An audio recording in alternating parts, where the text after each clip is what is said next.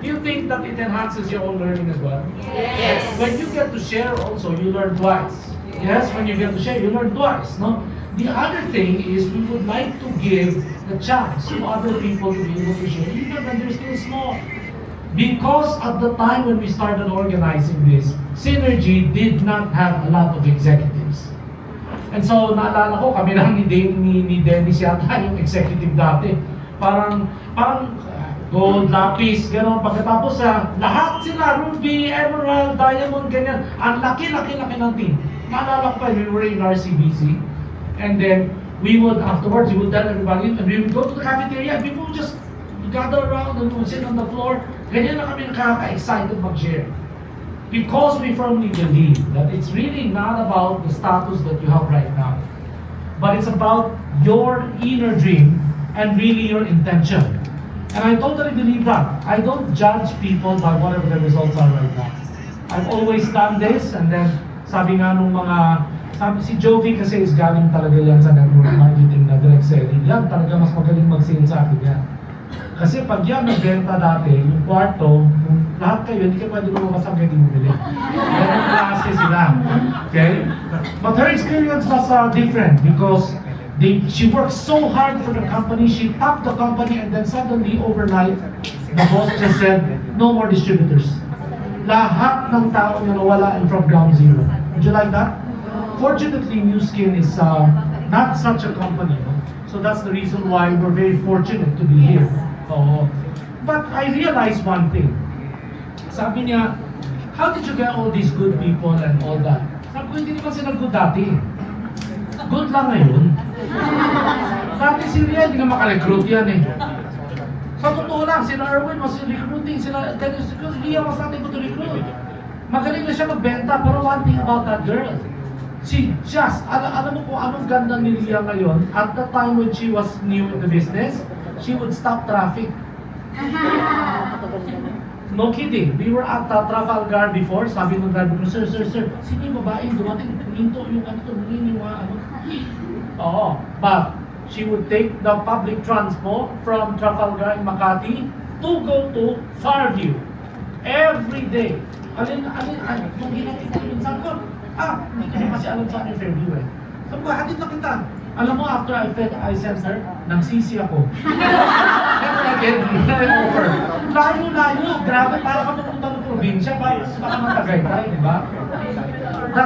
That's how persistent Ria was. No complaining.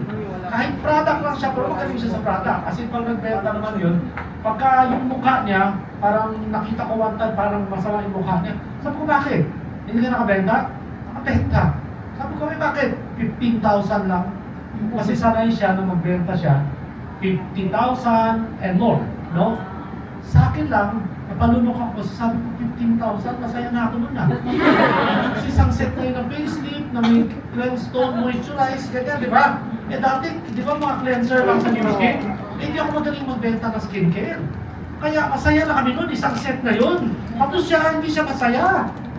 Sabi ko, ano kaya alam nito na hindi ko alam? Kaya one time when she was doing training about product, sabi ko, pakikinggan nga kita para ma-monitor ko. Kung nakikinig ako, nag-learn din ako. How to retail. There's always a reason why people are where they are. There's a reason why her sales is 50,000 and mine is 10. And as soon as you understand why my GSB was 20 plus thousand points and you have a hard time with 2,000, that's the beginning of the journey. There's always a reason why. Erwin dati, hirap na hirap ang executive. The executive, babagsak, gano'n. Pero highest points mo ilan? Highest GSB ilan? 20-something thousand points din. You see what I'm trying to say? It's hard until it's not. Yes or yes? But what were we looking for? You see, your spirit, that's what they call the fighting spirit, is the most important thing. Kasi pag palaban ka talaga, pag persistent ka talaga, hindi ka talaga paaawat, you will get it. Do you believe that? So when we look at people, we don't look at their current status, mayaman ka o hindi. We don't look at these things. We look at that fighting spirit. And I remember very clearly Erwin's up line. He's not here because he has his own team again. So he's doing his own group. And I remember he would you know, for 1 year, he couldn't qualify for executiveship. Parang it took him like a couple of years before he would really qualify for executiveship. And then one day I told upline, si Howard, I said, Howard, I think you found your first blue diamond. At that time, blue diamond pa. And then Howard said, oh, sino? Sabi niya, si ganito. Sabi ko, ha? Sabi niya, wala kang volume yan eh. Hindi nga maka 2,000 points eh. How can it be maging blue diamond? Sabi ko, believe me, this guy is going to be a blue diamond. Because I saw the fighting spirit. Palaban talaga siya. Wala siyang pake. Kahit i-reject mo siya, wala siyang pake. Hindi siya marunong mag-close. Sige lang, sige hanggang siya pinakamagaling mag-close ngayon. You know what I'm saying? I remember one time he was looking at me teary-eyed asking me this question. Sabi ko, what do you do when, when people come, show up and, they look at you from, top to bottom and you know that they're rejecting they just don't believe you. Tapos naalala ko lang, oo nga, kasi magaling siya mag-invite kasi sa training na si Reggie, magaling na mag-invite, di ba? So I'm an executive of a multinational company, blah blah blah blah blah, we're launching blah blah blah. Di dumating. Pagdating, 5'10", maitim, malakilong, magdamit, probinsyano. So syempre mga executive na parang ginaganon siya, ikaw kaya, mag-give up ka? Hindi ko alam ano sasagutin ko. Alam mo bakit? Kasi nag-agree ako sa client eh. Oo nga, ano yan? Sabi ko, baka hindi din ako mag-sign up. Ganun ang mindset ko eh. But you know what? Sabi ko lang, hindi. Sabi ko, hindi man lahat ng tao close-minded. May mga open-minded din dyan. May mababait din. Hindi man lahat dyan matapobre. You know what I'm saying? Just keep going and you will find your tribe. And he did become the first $1 million circle member. He did become, he did become PNA. So, and he created how many $1 million circle members? 6. You know, 6 ba? 6 ba? 6 oh, kasi pati Roma, di ba? Oh, pati Roma, no? That, yeah, so you understand where I'm coming from? I have seen this again and again and again. I saw this with Marlon, I saw this with everyone, and let me tell you this, New Skin, so good. You have the chance to try again because the company is so good, it's so stable, it's waiting for you to get there. You understand where I'm coming from? And the opportunity is so much better now than before. You agree? Yes. Before, magbebenta ka ng supplement. Ako, I love Pharmanex. But you know what, when I talk about Pharmanex, ang daming laway sinasayang ko mag-explain. Kami Dennis, si Dennis, kung pakinggan mo, mabilis magsalita. Nasanay eh, kasi pag-Pharmanex maraming sasabihin eh, di ba? Hindi na tuwing demo, di ba? Pero ngayon, when I did pre-sell, right, ang dali lang, isang pre-sell, 500 points. Bakit? 5 plus 1 agad ako ng Wisebank. Again. Aba, 5 plus 1 na naman ng Wisebank. Partido kumuha pa ng Ecosphere. So sabi ko, ay ba? Sabi ko, lugi kami. Sabi ko na nagsimula kami, hindi ganito kadali ang opportunity. Bakit ang dali? Parang tatamad ng mga tao. Doon ngayon nagkakaiba. I promise you that if you work as hard as we did in the past, with the opportunity right now, I tell you, you have the power to do 10,000 points on regular, recurring income with Prism. If all your downline have 5,000, 10,000 points every month, I tell you, your $1 million circle mo sobrang bilis. You understand where I'm coming from? Prism is so cool, so new that nobody can resist. Right? Nobody can resist it. So it's an amazing opportunity. But back to why we do this. We want to give people the opportunity to be able to speak their mind, to be able to stand up, be able to share, be able to really, be recognized. And so when we come to these events, when we listen to speakers, when we nakita mo si Tuy kanina? She's the most successful person in the room. But you will see, pag kami nire-recognize na, nakatayo siya, kumagalit siya, di ba? Why is she doing that? Parang gano'n yan eh. What's that? Bless you, bless you, bless you. Kasi, you today, me tomorrow. You are wanting other people, you're blessing other people's Because that's you. Yes. Ako sunod. Ako next. Ganun yun eh.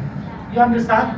Whatever you hate, whatever you don't like, there are people like this kasi gusto ko ako lang top, ikaw hindi. But whatever you don't like, yun ang paggagawa ka na excuse, ayaw mo na mayaman. Hindi ka yayaman. Kasi galit ka sa mayaman eh. Am I right? Whatever you don't like, you repel. Right? But that you bless, you attract. Yes or yes? Yes. Right? And so instead of complaining, instead of all that, we focus on positives. What can I learn from this person? And then we recognize why. Because you are setting the stage also. So that in the future also, you will understand, and then you will duplicate, and then people will also be happy for your success. Does it make sense? Yes. Because we want to be in a community where everybody supports each other. Yes? Yes. And everybody is so positive. So we did not create this just to have speakers that are $1 million circle members. We created this because like kanina, as we were listening to you guys share, you know, we learned so much about it during those times. Nagtitingin na kami nila KL, nila ganyan, because we kind of know who sino yung mga, you understand where I'm coming from? So I tell you what, no one can defeat you except yourself. And no one can tell you that you will not be successful but yourself. But if you tell yourself, and if you decide, and if you wouldn't quit on believing that you will be successful, but you will be number one, be careful. It just might become true. Diyan nasusubukan yung vision. Diyan nasusubukan yung belief. It's not when you're already top. It's done. You know what I'm saying? It's done. It's in times like this, when you don't have a group yet, and you have the audacity, and you have the boldness to say, one day, next time, itong buong room, downline ko yan. When you have that kind of boldness and audacity, and you go after it. Yun nga sinasabi ni Tui, di ba? Sabi din kanina ni Romel, what Romel said earlier was so important. Ano sabi niya? Grabe topic. Grabe topic. Oh, grabe topic. Sisi, tumabagsak ko sa school eh. Yung natatandaan nila, but what he's saying is this. What you do when no one is watching to build your foundation is the one that will bear much fruit. I am proof to that. You know why we created this group also? I'll tell you another reason. You see, the thing is, ako yung type na wala akong paki kung successful ka o hindi. I don't care about anybody else. I only care about myself and my own business. But people are not like that. People are like this. You understand? And the other thing is, we want to operate with integrity. We want to operate with integrity because we don't need to cheat, we don't need to steal in order to become successful. Yes or yes? Yes. Once you cheat, there are people, sabi nga ni Joel, ayoko recruiting yan kasi yan, kung saan-saan, magre-recruit dito, magre-recruit na naman doon, magnanakaw lang ng tao. Those kind of people are insecure. Because they believe in their head, they will never be successful unless they cheat. Yes or yes? Yes. So when you have that kind of mindset, you're definitely not the right leader. Because if you're a true leader, you have to believe in your people. You have to, if you yourself have to cheat, how can you believe in other people and how can you lead? Yes or yes? We don't. But unfortunately, some people do. Eh, maliit lang kami noon. Napakalaki ng ibang group. So we just really wanted to make sure that our people feel, you know, that they're part of a team. Kahit small team pa kami noon, doon nagmamahalan naman. Alam mo yung gano'n? Kasi sa team natin, kasi there was other people that had becoming active already before. And also from the other team.